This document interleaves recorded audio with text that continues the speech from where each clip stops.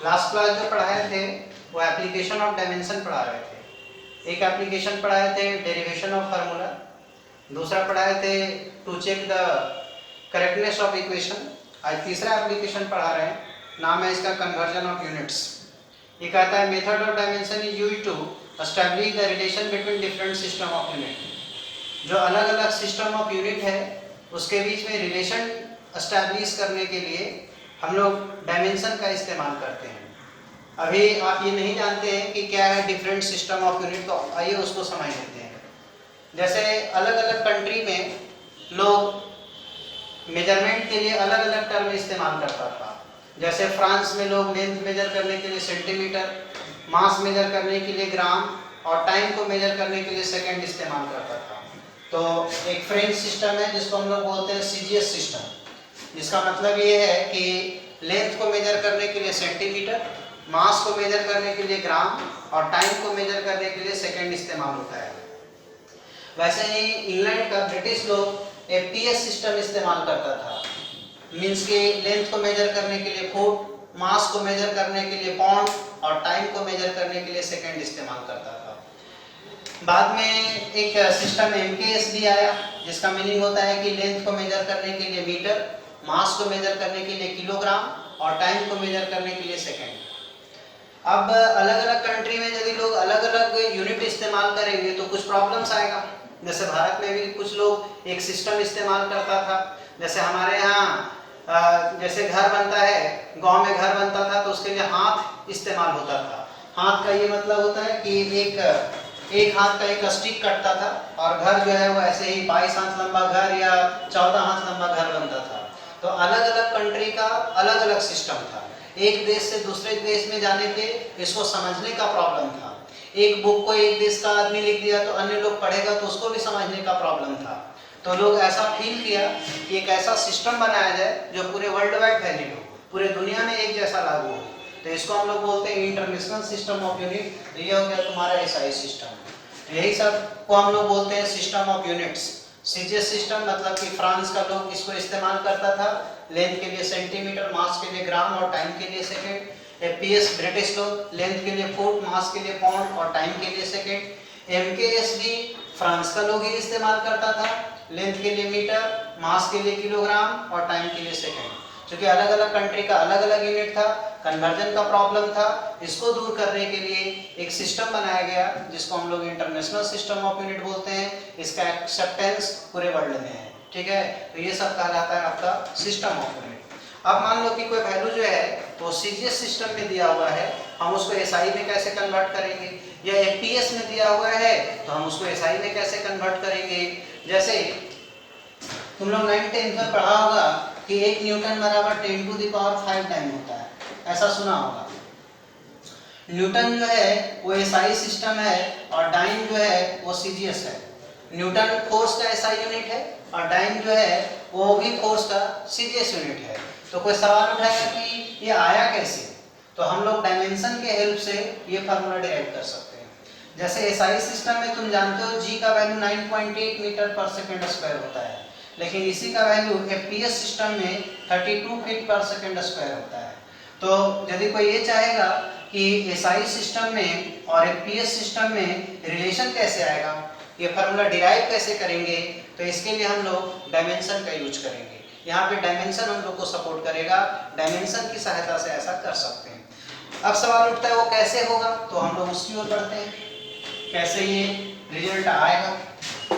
तो देखिए, जब हम लोग किसी फिजिकल क्वांटिटी को लिखते हैं तो उसको डिनोट करते हैं n इंटू यू से, जिसमें n जो है वो नंबर को डिनोट करता है अमाउंट ऑफ क्वांटिटी को, और ये इसका प्रॉपर यूनिट को डिनोट करता है। जैसे आप कहीं लिखते हैं 10 kg, तो ये 10 जो है वो नंबर है और kg जो है वो यूनिट है। तो 10 kg मतलब ये 10 जो है सो नंबर हुआ और kg इसका यूनिट हुआ। आप कभी ऐसा नहीं लिखते kg 10, ऐसा नहीं लिखा जाता है। ऐसा नहीं लिखेंगे कि kg/10 1/10 kg हो जाएगा, 10 kg नहीं होगा, तो वो एक अलग बात हो गया। आप ऐसे नहीं लिखते हैं 10/kg।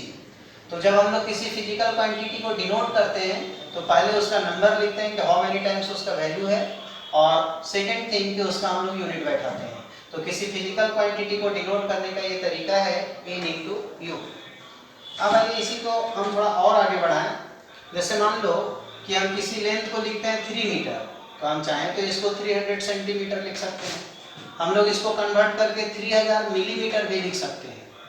तो 3 एक नंबर है n1, मीटर एक यूनिट है u1, ये हो गया n2 और ये दूसरा यूनिट है u2, बीच में इक्वल टू का साइन है, और ये है तुम्हारा n3 और ये है तुम्हारा u3।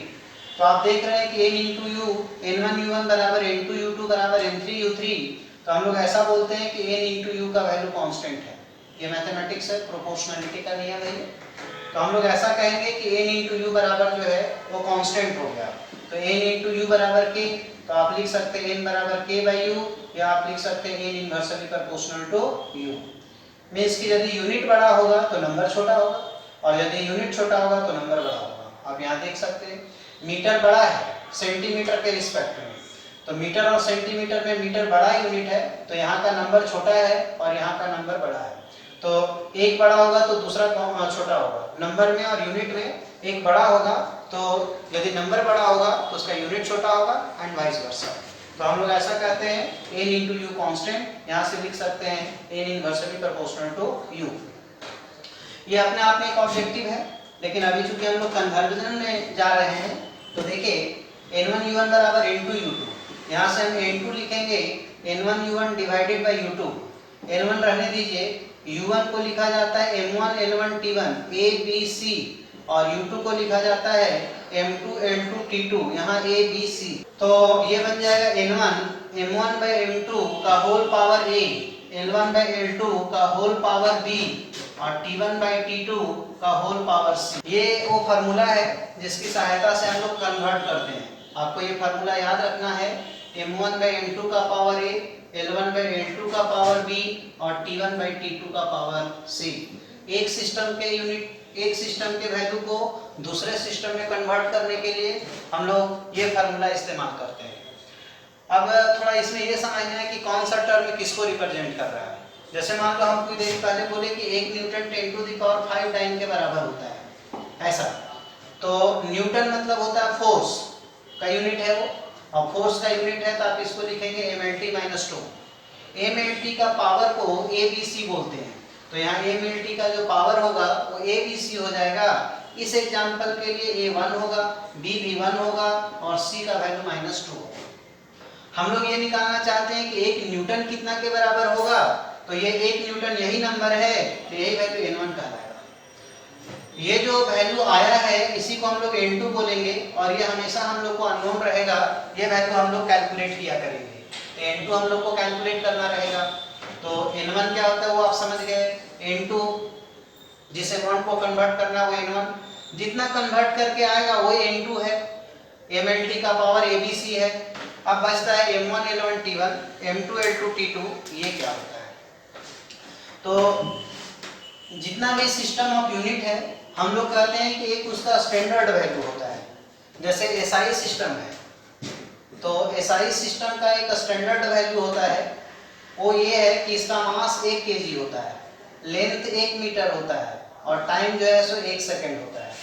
तो यदि SI सिस्टम पहला है तो m1 1 kg, l1 1 मीटर और t1 1 सेकेंड। वैसे ही यदि CGS सिस्टम होता तो CGS सिस्टम होता तो इसको 1 ग्राम लेते हैं, इसको 1 सेंटीमीटर लेते हैं, और इसको 1 सेकेंड लेते हैं। यदि ये CGS होता तब, यदि ये PS होता तो इसको हम लोग 1 पौंड लेते हैं, ठीक है, 1 पौंड या LB लिखते हैं शायद, 1 पौंड हो गया, ये 1 फुट हो जाएगा, ठीक है, और ये 1 सेकेंड हो जाएगा। इसको हम लोग किसी भी सिस्टम का स्टैंडर्ड वैल्यू बोलते हैं। तो जिस सिस्टम में वैल्यू दिया रहेगा उस सिस्टम का जो स्टैंडर्ड वैल्यू होगा वो m1 l1 और t1 होगा।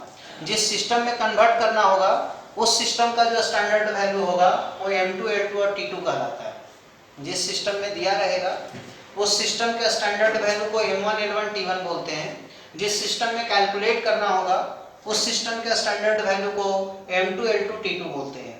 n1 वो नंबर जिसको कन्वर्ट करना है, और n2 जो कन्वर्ट करके आएगा।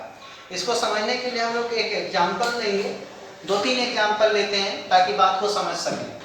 थ्योरी मोटा मोटी आप समझिए कि ऐसा कुछ है, इसको हम लोग क्वेश्चन के थ्रू और ज़्यादा क्लियर करने की कोशिश करते हैं। 4-5 क्वेश्चन बना देंगे ताकि समझ में आ सकता है। जैसे आपको एक असाइनमेंट भेजे थे, उस असाइनमेंट का क्वेश्चन नंबर 3 बता रहे हैं। क्वेश्चन नंबर 3 में दिया हुआ है, एक बार पढ़ देते हैं क्वेश्चन को। क्वेश्चन नंबर 3 में दिया हुआ है कि ये न्यू सिस्टम ऑफ मास, ये new system of unit is proposed in which unit of mass is alpha KG, unit of length is beta metre and unit of time is gamma second. How much will 5 joule measure in this new system. जैसे अभी जो existing system है वो है SI system, MKS system, CGS system और APS system. हम लोग चाहें तो इसके अलावे भी कोई नया सिस्टम जनरेट कर सकते हैं। तो कह रहे हैं कि एक हाइपोथेटिकल एक नया सिस्टम प्रपोज किया जा रहा है। उस सिस्टम में मास का स्टैंडर्ड वैल्यू अल्फा केजी है, लेंथ का स्टैंडर्ड वैल्यू बीटा मीटर है और टाइम का स्टैंडर्ड वैल्यू गामा सेकेंड है। तो बताना है कि 5 जूल का वैल्यू उस नए सिस्टम में कितना के इक्विवेलेंट होगा। तो देखिए इसको बनाने का तरीका क्या है। आपको बोल रहा है कि एनर्जी 5 जूल है, इसको कन्वर्ट करो। तो यही वैल्यू को कन्वर्ट करना है कि N1 कहलाएगा 5। जूल का मतलब एनर्जी और एनर्जी का डायमेंशनल फार्मूला mL²T-2। mLT के पावर को आप लिख दीजिए, तो mLT के पावर को आप लिख दीजिए, यही वैल्यू आपको ABC कहलाता है। तो N1 निकल गया, ABC निकल गया। अब आइए, पहले से हमको 5 जूल दिया हुआ मतलब SI में दिया हुआ है, तो जिसमें वैल्यू पहले से दिया होता है उसको सबस्क्रिप्ट 1 इस्तेमाल करते हैं। तो पहले से SI में दिया है, इसका ये मतलब हुआ कि M1 1 kg लेंगे, L1 1 मीटर लेंगे, T1 1 सेकेंड लेंगे। ये तो क्वेश्चन में नहीं दिया हुआ था, फिर ये कहाँ से आया? तो ये यहाँ से आया कि 5 जूल का वैल्यू हम लोग कन्वर्ट कर रहे हैं। 5 जूल जो वैल्यू दिया हुआ उसको कन्वर्ट कर रहे हैं और ये SI सिस्टम में। SI सिस्टम में मास का स्टैंडर्ड वैल्यू 1 kg होता है, लेंथ का 1 मीटर होता है और टाइम का 1 सेकेंड होता है। ऐसा होता है, आपको याद रखना है। नया सिस्टम में आइए, ये जो न्यू सिस्टम है, न्यू सिस्टम में मास के लिए बोला है कि अल्फा केजी है, लेंथ के लिए है कि ये बीटा मीटर है और टाइम के लिए है कि ये कहता है कि ये गामा सेकेंड है। तो ये सब जो वैल्यू है वो M2, L2 और T2 है। जिसमें आपको वैल्यू कन्वर्ट करना है वो M2, L2, T2 कहलाएगा। जिसमें आपको वैल्यू दिया हुआ है वो आपको M1, L1 और T1 कहलाएगा। और बात बाकी इधर आपको समझा दिए। तो अब आइए फार्मूला पुट करते हैं। N2 बराबर N1, M1/M2 का होल पावर A, L1/L2 का होल पावर B और T1/T2 का होल पावर C। अब आइए N1 का वैल्यू पुट कीजिए। N1 का वैल्यू 5 है, M1 1 kg था और ये अल्फा केजी है, यहाँ 1 है, ये 1 मीटर है, ये बीटा मीटर है, ये 2 है और ये 1 सेकेंड है, ये गामा सेकेंड है, ये -2 है। ये 1/अल्फा बचेगा, 1/बीटा² बचेगा और ये 1/गामा -2 बचेगा। ऐसे ही छोड़ दीजिए या आप एक स्टेप सॉल्व कर दीजिए। तो 5 जूल जो है इतना न्यू यूनिट के बराबर होगा। न्यू सिस्टम में उसका वैल्यू इतना के इक्विवेलेंट होगा। ऐसा ही क्वेश्चन नंबर 5 बता रहे हैं असाइनमेंट का। 5 नंबर क्वेश्चन में कहता है कि the density of material is 8 gram per centimeter cube per cc in a system in which the unit of length is 5 centimeter and unit of mass is 20 gram. The density of the material in this new system of the unit will be। तो देखिए एक पहले density के बारे में ये चर्चा कर रहा है। तो डेंसिटी मान लीजिए हम लोग इसको इस तरह का सिंबल रो से डिनोट करते हैं। 8 ग्राम पर सेंटीमीटर क्यूब दिया हुआ है यहाँ पे, तो यहाँ ऐसा लिखेंगे कि N1 8 हो गया। डेंसिटी का डायमेंशन फार्मूला आप जानते हैं ml-3, तो यहाँ से A1 हो गया, T में नहीं है तो 0 और C का वैल्यू -3 हो गया। जो 0 है उसको नहीं भी आप ले सकते हैं। पहले यहाँ CGS में दिया हुआ है, जो गिवन डाटा है वो CGS में है, तो CGS में है तो M1 1 ग्राम लेंगे और L1 1 सेंटीमीटर लेंगे। ये SI में नहीं दिया हुआ है, SI में रहता तो यहाँ 1 kg होता, ये 1 मीटर होता। पहले से ये CGS में दिया हुआ है तो ये 1 ग्राम है और ये 1 सेंटीमीटर है। न्यू सिस्टम में हम लोग को वैल्यू कैलकुलेट करना है कि न्यू सिस्टम में इसका वैल्यू कितना होगा। तो उसका मास दिया हुआ कि 5 ग्राम लेना है और लेंथ जो है वो आपको 20 सेंटीमीटर लेना है। ऐसा क्वेश्चन में बोला गया है कि लेंथ जो इसका है वो 20 सेंटीमीटर है, सॉरी लेंथ है 5 सेंटीमीटर है और मास जो है वो 20 ग्राम है। फार्मूला बैठा दीजिए, m1/m2 का होल पावर a, l1/l2 का होल पावर b और t1/t2 का होल पावर c। ऐसा n1 का वैल्यू 8 था, m1 1 ग्राम है और ये 20 ग्राम है, पावर 1 हो गया। लेंथ का देखिए, सॉरी लेंथ ही -3 था यहाँ पे और c का वैल्यू 0 था। यहाँ लेंथ का पावर -3 है तो b -3 है और c का वैल्यू 0 है। तो ये 1 सेंटीमीटर और ये 5 सेंटीमीटर, -3 और 0 है तो खत्म हो जाएगा। ग्राम से ग्राम कैंसिल हो जाएगा। ये 1/5 का पावर -3 तो 8 × 20, ये 5 × 5 × 5 ऊपर चलाएगा, ये 4 टाइम्स कटेगा, ये भी 2 टाइम्स कटेगा तो ये 50 आ जाएगा। तो आप ऐसा लिख सकते हैं कि 8 ग्राम पर सेंटीमीटर क्यूब का जो वैल्यू है वो नए सिस्टम में किस तरीके से होगा। तो 8 ग्राम पर centimetre cube is equal to 50 और ये कोई न्यू यूनिट होगा इसका। कभी कभी ऐसा पूछता है कि एक न्यू यूनिट कितना के बराबर होगा, तो एक न्यू यूनिट बराबर 8/50 ग्राम पर सेंटीमीटर क्यूब होगा।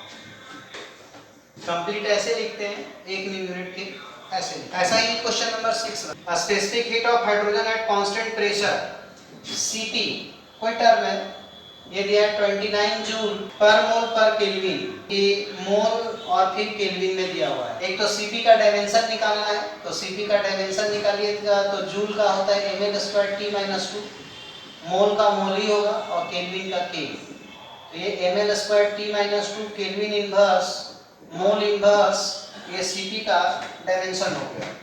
सेकंड बोलता है unit of length is change to 50 centimetre, पहले से SI में दिया हुआ है तो m1 हम लोग 1 kg लेंगे, l1 1 मीटर लेंगे और t1 1 सेकंड लेंगे। एक नया सिस्टम आ रहा है जिसमें m2 l2 और फिर हम लोग t2 लेंगे, ये 50 सेंटीमीटर लिया गया है। ऐसा क्वेश्चन में बोल रहा है। टाइम के लिए यहाँ पे 2 सेकंड लिया गया है, ऐसा बोला जा रहा है। और ये चेंज टेम्परेचर के लिए भी इसमें चेंज हो रहा है। इसमें मान लीजिए कि टेम्परेचर जो था K जो था वो हम लोग लेते थे 1 केल्विन टेम्परेचर और यहाँ पे 2 केल्विन लेना है टेम्परेचर। बाद बाकी टर्म कांस्टेंट है। Keeping unit of mass amount of substance are same, find the value of specific heat of hydrogen in new system.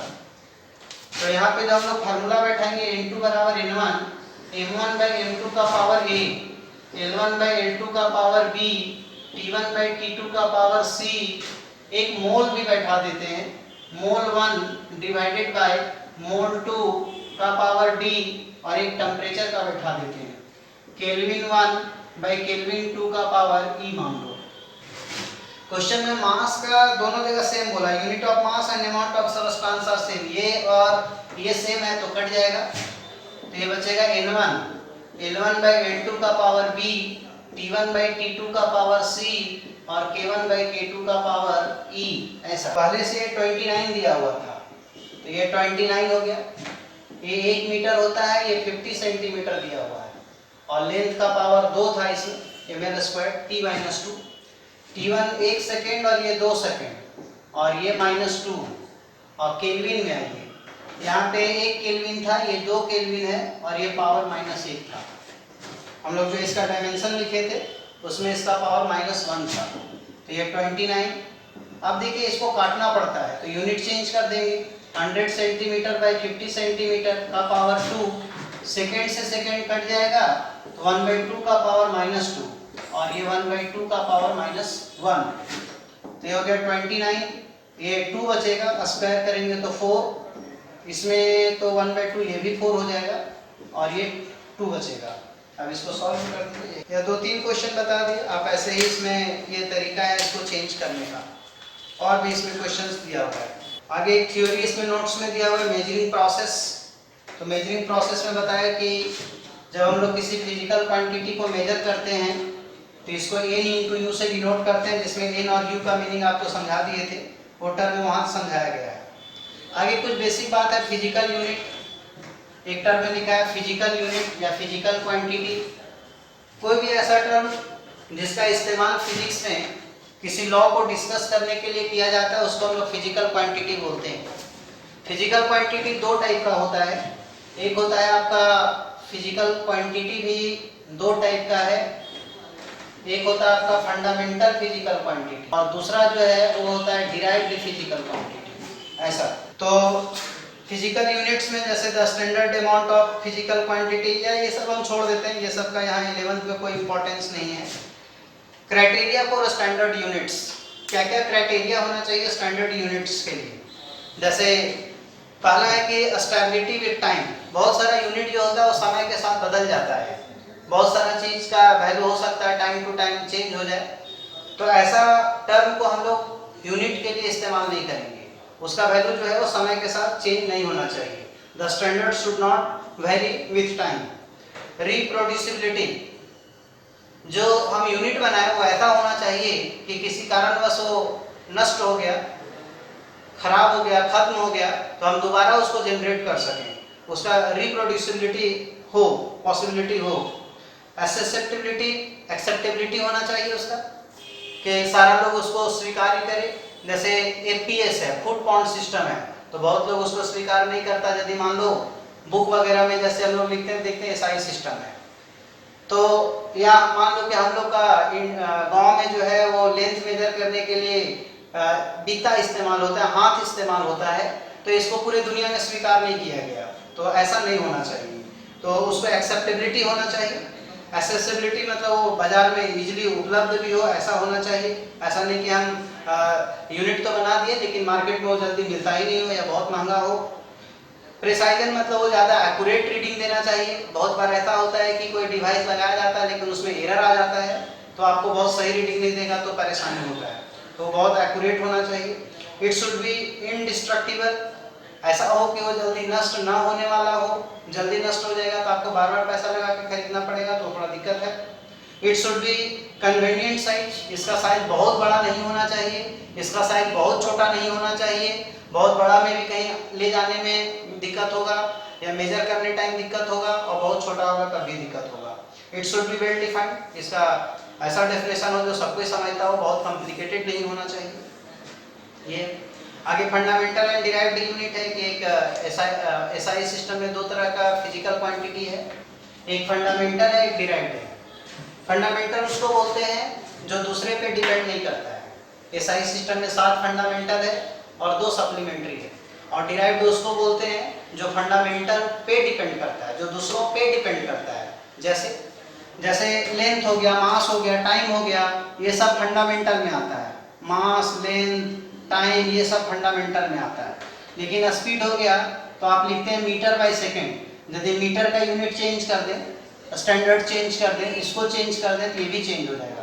तो स्पीड जो है वो लेंथ और टाइम पे डिपेंड कर रहा है, और लेंथ और टाइम किसी पे डिपेंड नहीं करता, वो लोग फंडामेंटल होता है। तो those physical quantity we do not depend on other physical quantity is called fundamental. Those physical quantity which depends on fundamental physical quantity is called derived. इनको बेस फिजिकल क्वांटिटी भी कहा जाता है। आगे सीजीएस क्या होता है वो बताया गया है, एपीएस क्या होता है वो बताया गया है, ठीक है, ये सब आपको हम समझा दिए थे। एसआई सिस्टम में जो है वो किसको किसको फंडामेंटल लिया गया, किसको किसको डिराइव्ड लिया गया है, ये सब बेसिक बात है। ये आप नोट्स भी पढ़ेंगे तो समझ में आ जाएगा, इसको हमको समझाने के लिए बहुत ज़्यादा कुछ कहने की ज़रूरत नहीं है। एक यहाँ दिया हुआ एडवांटेज ऑफ एसआई यूनिट, तो लिख रहा है कि SI is A coherent system of unit. अब कोहेरेंट का मतलब क्या है? All derived unit can be obtained by simple multiplication or division of fundamental units without introducing any numerical factor। मतलब ये कह रहा है कि फंडामेंटल यूनिट जो है, ये एसआई सिस्टम जो है, एसआई सिस्टम जो है वो कोहेरेंट होता है। कोहेरेंट होता है इसका ये मतलब कि कोई भी डिराइव्ड फिजिकल क्वांटिटी है तो जो फंडामेंटल 7 दिया गया है उससे वो मल्टीप्लाई या डिवाइड होकर निकल सकता है। जैसे हम लोग लिखते हैं फोर्स का KG metre by second square, तो ये सब फंडामेंटल है, कोई मल्टीप्लाइड है, कोई डिवाइड है, तो यहीं से आया है। और इसमें यहाँ पे कोई न्यूमेरिकल फैक्टर नहीं है कि एक नया, मतलब यहाँ ये KG metre by second square, वैसे एनर्जी हो गया तो KG metre square by second square. यहाँ पे हम लोग जो फंडामेंटल 7 है उसी से डिराइव करते हैं। कोई नया फिजिकल क्वांटिटी कल जा करके खोज होता है फिजिक्स में, तो उसका यूनिट बाय डायमेंशन क्या होगा?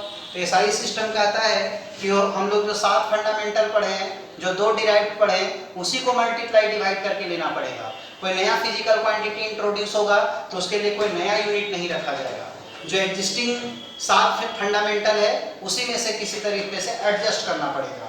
इसको हम लोग बोलते हैं कि एसआई सिस्टम कोहेरेंट है। ऐसा नहीं कि बार बार नया फिजिकल क्वांटिटी आएगा और हमें बार बार नया यूनिट, नया डायमेंशन का खोज करना पड़ेगा, तो ऐसा नहीं है। आगे कहता है SI is a rational system of unit, it is only one unit for a given physical quantity all for. देखिए एक टर्म होता है रेशनल, जैसे एमकेएस सिस्टम जो है वो रेशनल नहीं होता है, MKS इज नॉट रेशनल। अब इसका क्या मतलब है? जैसे इसमें एनर्जी के लिए, हीट एनर्जी के लिए कैलोरी इस्तेमाल होता है, इलेक्ट्रिक एनर्जी के लिए किलोवाट आवर इस्तेमाल होता है, वैसे ही मैकेनिकल एनर्जी के लिए जूल इस्तेमाल होता है, ये MKS सिस्टम में। जबकि SI सिस्टम में सबके लिए जूल इस्तेमाल होता है। तो SI सिस्टम कहता है कि एक फिजिकल क्वांटिटी के लिए वो जितना टाइप का होगा सबका यूनिट सेम होगा। जैसे मान लो वेलोसिटी है, तो वेलोसिटी एवरेज वेलोसिटी होता है, इंस्टेंटेनियस वेलोसिटी होता है, आरएमएस वेलोसिटी होता है, मोस्ट प्रोबेबल वेलोसिटी होता है। तो ऐसे करके कई तरह का रिलेटिव वेलोसिटी हो सकता है, कई सारा वेलोसिटी हो सकता है, लेकिन सब वेलोसिटी का यूनिट मीटर बाय सेकंड होगा। वैसे एनर्जी का डिफरेंट फॉर्म हो सकता है, लेकिन सबका यूनिट जूल होगा। अलग टाइप का एनर्जी के लिए अलग यूनिट नहीं होगा, ऐसा कहता है एसआई सिस्टम। और इसको बोलते हैं कि ये रेशनल है, जबकि ऐसा नहीं होता है एमकेएस सिस्टम में। आगे बोलता है कि SI is a metric system, it can be written in power of 10, मतलब इसको 10 के पावर में लिखा जा सकता है। SI is an absolute system, ये किसी के रिस्पेक्ट में नहीं, ये खुद ही है अपने आप में, इसको किसी से कंपेयर ये नहीं करना। SI is an internationally accepted system of unit, और ये इंटरनेशनली जो है वो एक्सेप्ट किया गया है।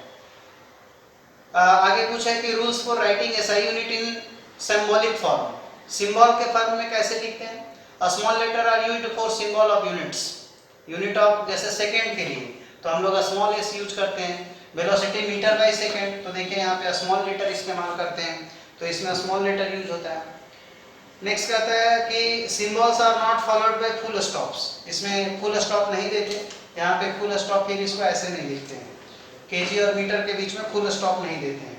The initial letter of symbol is capital only when the unit is named after a scientist, मतलब कि जैसे आप लिखते हैं 10 न्यूटन, तो यदि कोई साइंटिस्ट के नाम पे होगा तभी कैपिटल लेटर लिखेंगे, और यदि कोई यूनिट साइंटिस्ट के नाम पे नहीं होगा तो हमेशा ये स्मॉल लेटर ही लिखा जाएगा।